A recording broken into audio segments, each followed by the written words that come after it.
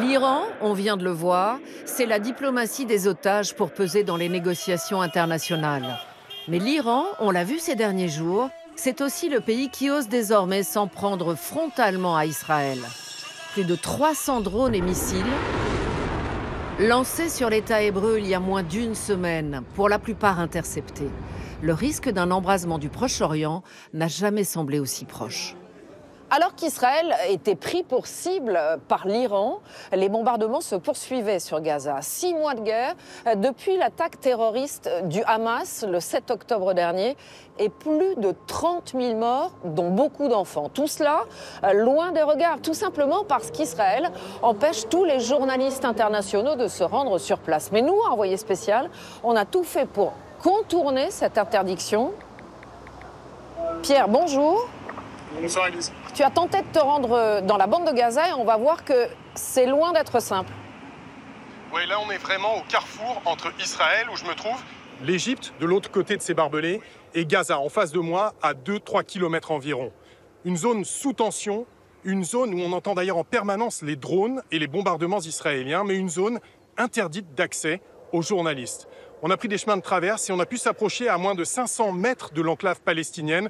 Mais tu vas le voir, on a vite été exfiltrés par l'armée israélienne.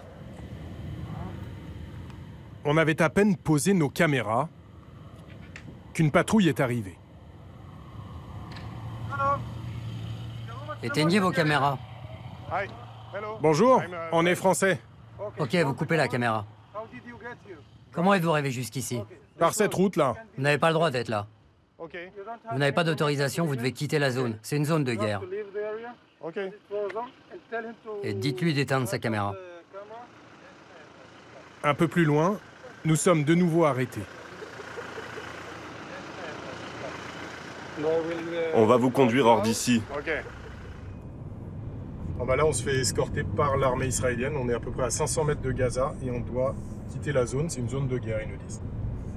Donc on y va. Impossible pour nous d'entrer dans Gaza.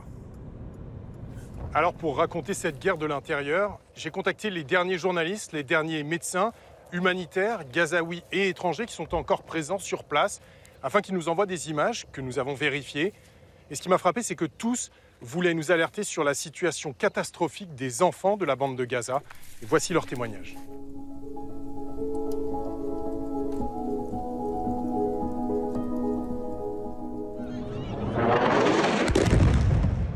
Il y a la guerre vue du ciel, via les drones israéliens.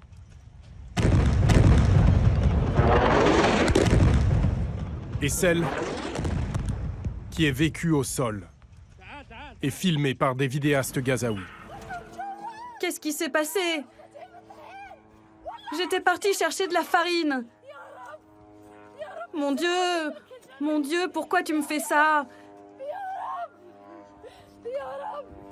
Où est-ce que je peux les voir? Au secours, mon Dieu, au secours! Madame Baalochi était allée chercher de la farine pour nourrir sa famille et faire un gâteau, car c'est aujourd'hui l'anniversaire de son mari. Elle a eu un mauvais pressentiment et est revenue chez elle. Son mari, leur fils et leurs 3 filles étaient à la maison. Mon cœur est mort. Maman, mon amour. Ils sont tous morts. Mon mari et les enfants sont morts. Venez vite. Je suis le photoreporter Mohamed Ahmed de Palestine, du nord de Gaza. Je suis journaliste depuis 2006. C'est lui qui a filmé Madame Baalochi découvrant son immeuble rasé. Il est resté à Gaza City, la zone la plus dangereuse, pour documenter la guerre. Cette scène m'a bouleversé, étant donné que ma famille n'est pas avec moi depuis le début de cette guerre. Ils sont réfugiés à Rafah, dans le sud. Gaza vit depuis 6 mois sous le bourdonnement constant des drones israéliens. Ici, tout peut basculer à chaque instant et personne n'est à l'abri. Papa! Papa!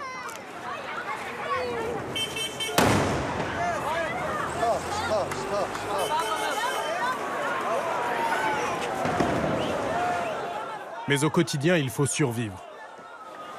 Et cela veut d'abord dire jouer des coudes, en permanence. Donne-lui ta camelle. Boussaïna a 11 ans. Elle fait partie des centaines de milliers de nouveaux déplacés et des 2 millions de Palestiniens menacés de famine qui se battent pour un bol de soupe.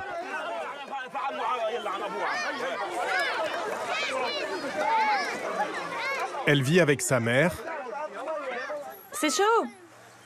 ses frères Ibrahim et Misbah, 12 et 8 ans, et leur grand-mère. Au fond de cette ruelle de Deir al-Bala, dans le centre de Gaza. Une pièce pour 5, sans eau ni électricité. Ici, on dort avec ma mère, mes 3 enfants et moi. On s'entasse tous ici et vous voyez comme c'est petit. Ce n'est même pas une chambre. Et le pire, c'est quand il pleut. Nous sommes inondés ici en plein sommeil. Je m'appelle Hatem de Gaza. Je suis journaliste photographe. J'ai couvert beaucoup d'événements sur la bande de Gaza. Il travaille pour Press House Palestine, un média associatif. J'ai filmé l'histoire d'Ibrahim, Boussaïna et leur famille. C'est l'histoire qui m'a le plus touché.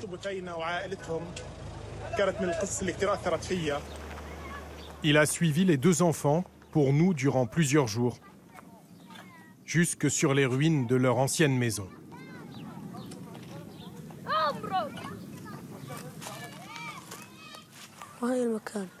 C'est d'ici qu'ils ont sorti mon père et mon frère Misbah. Et toi, tu étais où? Moi, j'étais ici. Et ma sœur a été projetée plus loin par le souffle. Ibrahim se souvient juste d'une boule de feu. C'était le 9 mars, au moment du dîner. Il a eu le visage brûlé par l'explosion. Papa, papa. Son père, Abdallah, n'a pas survécu. Son petit frère Misbah est miraculeusement indemne. Quant à leur sœur Boussaïna, elle a reçu des éclats dans le dos.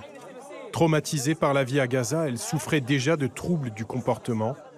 Désormais, elle perd peu à peu la raison. Elle revit souvent ces moments et elle se met à crier sans raison.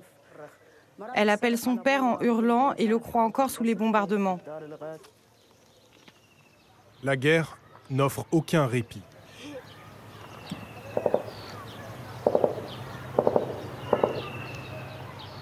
Ils ne savent pas pourquoi ils ont été bombardés ce jour-là.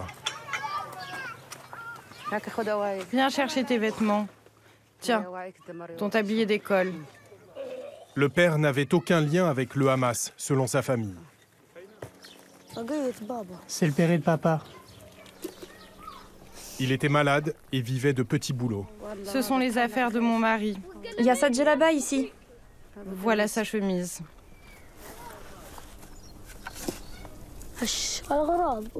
Il y a des jouets là. J'essaie de les attraper. Ça, c'est mes livres. Mais tout est détruit là-dedans. Qu'est-ce que tu veux maintenant? Juste que la guerre s'arrête. Et quoi d'autre? Rien d'autre. Juste la fin de la guerre. Je construirai une maison. J'y ferai venir ma mère, ma sœur et mon frère. Actuellement, il n'y a pas d'école, pas de maison. Je ne peux plus ni lire ni écrire. Les enfants deviennent agressifs. Ils se battent entre eux au milieu des ruines.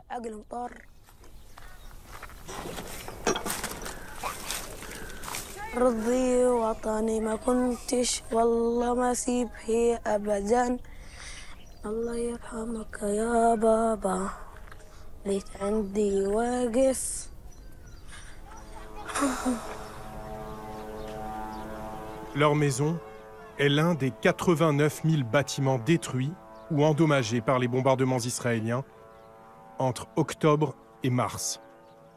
Du nord au sud, près de 35% des édifices ont été touchés, dont 60% des écoles et hôpitaux, ainsi que le tiers des terres agricoles. selon l'ONU. À 5 km de là, de l'autre côté de la barrière, chacun reste sur ses gardes. Le kibboutz de Magen fait partie des territoires pris d'assaut le 7 octobre au matin par les commandos du Hamas. Là-bas, c'est la bande de Gaza. Ils ont forcé l'accès par cette barrière-là.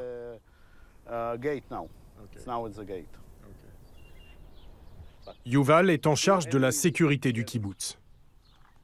Avec ses voisins, il a combattu et repoussé les assaillants, mais ils en ont payé le prix. Vous avez perdu des amis lors de l'assaut? Oui, on a eu 2 morts. Ophelia Horns et Avi Fleischer, des membres de l'équipe de sécurité qui ont été tués, et puis 2 blessés graves.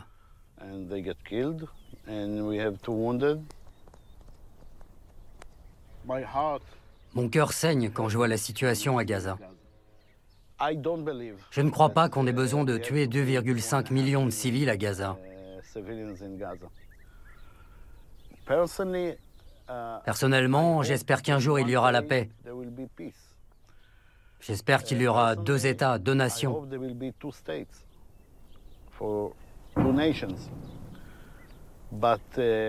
Vous entendez ça? Oui, tout le temps. Il n'y a pas de paix aujourd'hui. Non, malheureusement. Comment est-ce qu'il peut y avoir la paix? D'abord, le Hamas. Ce sont des sales types. On doit les éliminer. Côté israélien, personne n'a oublié le massacre du 7 octobre. C'est 1200 morts. En particulier les 364 jeunes tués ici, sur le site d'un festival de musique devenu mausolée.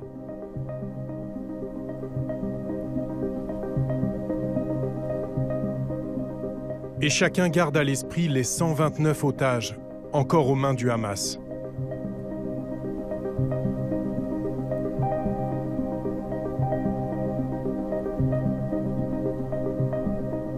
Alors, pour une minorité, il n'est pas question de paix, ni même d'aide humanitaire aux civils gazaouis. Il est 2 heures du matin, nous suivons ce bus dont débarque une centaine de militants radicaux israéliens, déterminés à bloquer les camions d'ONG qui apportent vivres et médicaments à Gaza. On peut passer à travers les barbelés, là. Eux savent comment pénétrer dans l'enceinte militaire dont nous avons été rejetés quelques heures plus tôt, Kerem Shalom. Allez vers la frontière égyptienne, sur le nouveau site qu'ils ont construit. Nous sommes à l'extrême sud d'Israël, au principal point de passage de l'aide humanitaire destinée aux Palestiniens. Les camions sont fouillés et entrent au compte-gouttes dans Gaza. Ces militants veulent les bloquer totalement.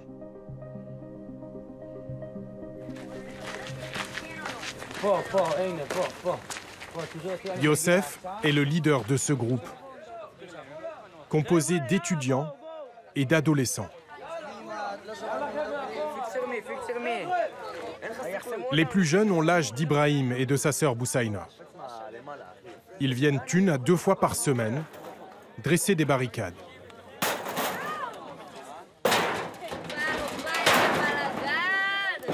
Pour stopper, ou du moins ralentir l'acheminement d'aide humanitaire, et surtout pour se faire entendre. Nous, on n'oublie pas les massacres qu'ils ont commis contre nos frères et nos sœurs. Ils ont violé, kidnappé, planté des couteaux dans les têtes. Après 6 mois, notre gouvernement et notre armée ont peut-être oublié, mais nous, on n'oublie pas.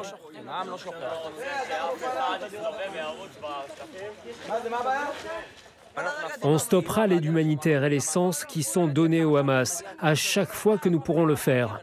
Peu importe ce que dit Biden, s'il veut envoyer 500 camions, des bateaux, des avions, on ira aux États-Unis pour arrêter cette aide humanitaire. Nous irons dans le ciel et en pleine mer. Mais pourquoi l'aide humanitaire? Ça aide aussi des femmes et des enfants qui sont en danger là-bas? À la guerre comme à la guerre. Dans le lot, il y a sûrement des innocents qui sont tués. Mais moi, je fais passer mon peuple avant le leur. S'il y a une chance sur 1 million qu'un de nos soldats soit touché, Je préfère que 1000 d'entre eux soient touchés, et pas un seul de nos soldats. Personne de chez nous. Youssef fait partie de la Ligue de défense juive, un mouvement qualifié d'organisation terroriste par le FBI. À ses côtés, on trouve aussi des étudiants en religion et des juifs ultra-orthodoxes.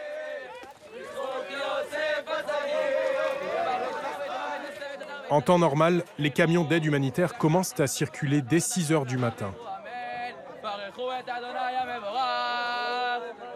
Il est 6h28, vous avez 20 minutes pour partir. Dans le cas contraire, nous le ferons par la force.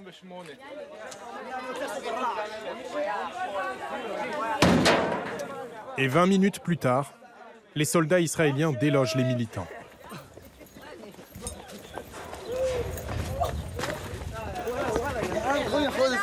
Beaucoup sont mineurs. Ils ne risquent rien.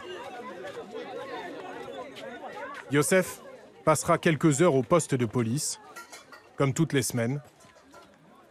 Et la plupart d'entre eux seront de retour ici, dans 3 ou 4 jours. Voilà, l'armée est arrivée et ils ont évacué tous les jeunes qui bloquaient le checkpoint en quelques minutes. Et là, ça y est, là, derrière moi, on voit les camions d'aide humanitaire qui arrivent pour aller à Gaza. 500 camions entraient dans l'enclave tous les jours avant la guerre. Après avoir totalement verrouillé l'accès, Israël a rouvert les portes sous la pression internationale et affirme que les passages ont aujourd'hui retrouvé leur niveau d'avant-guerre. Le problème se situe maintenant de l'autre côté. Ici, à Gaza, il n'y a quasiment plus de routes, ni hangars, ni autorités pour assurer la distribution. Et les besoins en alimentation et médicaments ont explosé. Seules les ONG sont autorisées à pénétrer dans l'enclave. Rafah, la grande ville du Sud, est devenue un immense camp de réfugiés. Ces images nous sont envoyées par James Elder. Ancien journaliste, il est aujourd'hui porte-parole de l'UNICEF. Il a l'habitude des conflits et des crises humanitaires, mais n'avait jamais vu une situation pareille. Bonjour France 2. Ici c'est un hôpital à Gaza. On n'arrive pas à faire entrer suffisamment de nourriture. On a besoin de plus de camions au nord. Il faut laisser passer plus d'aide humanitaire. La situation est critique et il faut un cessez-le-feu. La famine est imminente. Elle a déjà commencé dans le nord et on pourrait totalement l'éviter. Et partout autour de moi, il y a ces enfants. On entend dire qu'il pourrait y avoir un assaut sur Rafah. J'espère que le monde voit ces enfants. S'il y avait une offensive militaire ici à Rafah, imaginez, regardez leur sourire. Ici, il n'y a plus d'école. On apprend juste à se protéger en cas de bombardement. Alors, on croise les doigts derrière la tête, on ferme les yeux et on ouvre la bouche. Ce sont les employés de Handicap International qui nous ont transmis ces images. L'UNICEF estime que 1000 enfants palestiniens ont dû être amputés depuis le 7 octobre, parfois sans anesthésie selon l'OMS. En moyenne, 10 enfants perdent une jambe chaque jour. Fouad a 9 ans et il espère encore garder la sienne. Ma jambe s'est infectée, elle saigne beaucoup. L'opération, elle n'a pas réussi, alors j'ai besoin d'une nouvelle opération. Je peux plus jouer au ballon avec mes cousins, je peux plus prendre le vélo. Et quand je vais dans la rue, j'ai toujours peur que les immeubles me tombent dessus. Il faudrait le réopérer à l'étranger. En attendant, il est pris en charge par Handicap International, qui assure son suivi médical à Rafah. Plus au nord, Boussaïna et Ibrahim, nos rescapés de Der al-Bala, doivent eux se battre pour être soignés. Les rares camions de vivres et médicaments qui parviennent jusqu'ici sont pris d'assaut.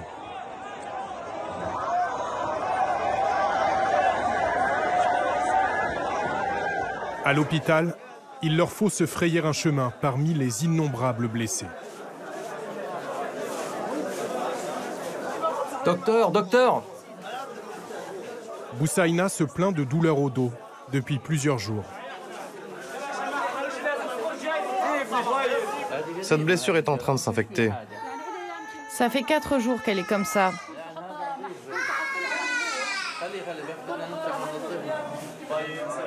Ça te fait encore mal, là? Tu sens rien ici? Et plus haut. Ouais, sur le crâne, c'est encore boursouflé. Tu continues à mettre ta pommade? Oui, tant qu'il m'en reste. Allez, tape là. T'es un héros. Bonne santé, si Dieu le veut.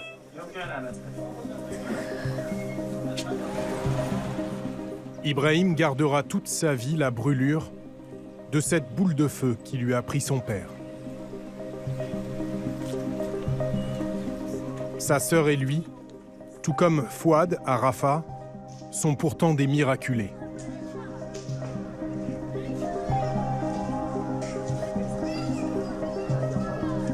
L'ONU estime qu'il y a eu plus d'enfants tués à Gaza en 4 mois seulement qu'en 4 ans dans toutes les guerres du monde. Vous pouvez retrouver nos sources sur la page transparence de notre site franceinfo.fr et via ce QR code. Envoyé spécial, c'est terminé pour cette fois, mais si vous êtes arrivé en route, que vous avez raté quelque chose, n'hésitez pas.